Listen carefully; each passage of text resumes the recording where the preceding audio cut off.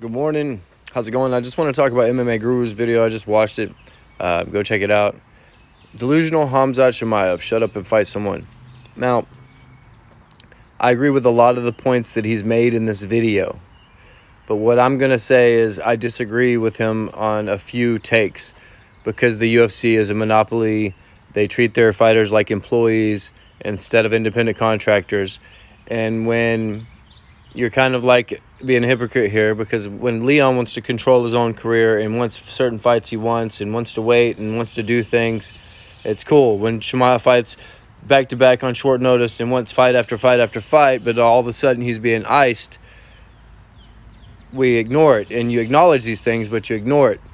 See, sometimes I'm not sure if MMA Guru isn't a plant himself and like talks people into fights and like encouraging the fans to attack these fighters and change the way people feel about them. Because like I said, there's a few voices in the MMA community that control the pulse of the MMA community. Joe Rogan, MMA Guru, Chael Sonnen.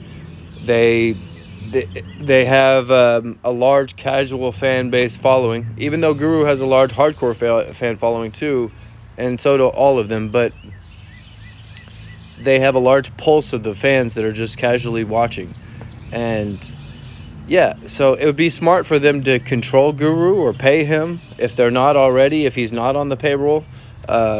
He's got the largest live stream fight companion in MMA.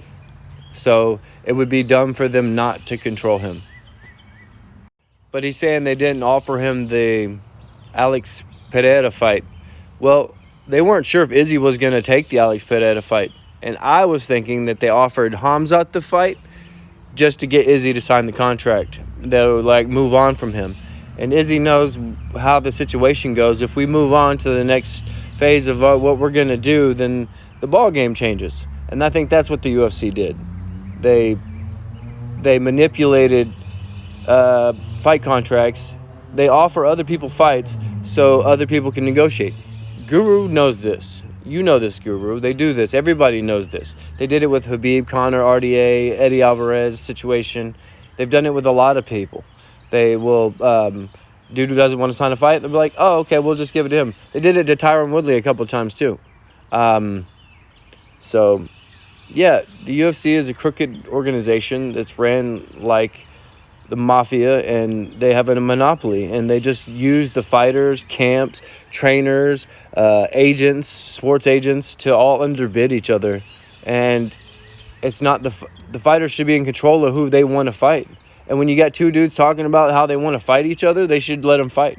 There's no reason Colby and Khamzat should be fighting right now. They're both talking mad shit about each other. Yeah, but Khamzat can't make 170. I haven't, so. But I just feel like Guru's wrong in a lot of parts here because of the hold that UFC has on all the fighters. And we don't know all the ins and outs of what fights they're offering him, what fights they're not offering him. If they really want him to fight Robert Whittaker, and because of the way the fans work, they're both they're the good guys, bad guys that they want to see win, lose. They know who has the biggest following, doesn't have the biggest following. They want to keep the stars, and I just don't know if they have an idea, or we have an idea of who they want to push. So, but I feel like Guru's doing a little bit of their dirty work right here. What do you guys think? And of course, we all want to see Khamzat fight, right? And then that's just to add this on there. That's why he made this video, is because of course people want to see him fight, and he makes very good points. But then we ignore it as selfishly as fans.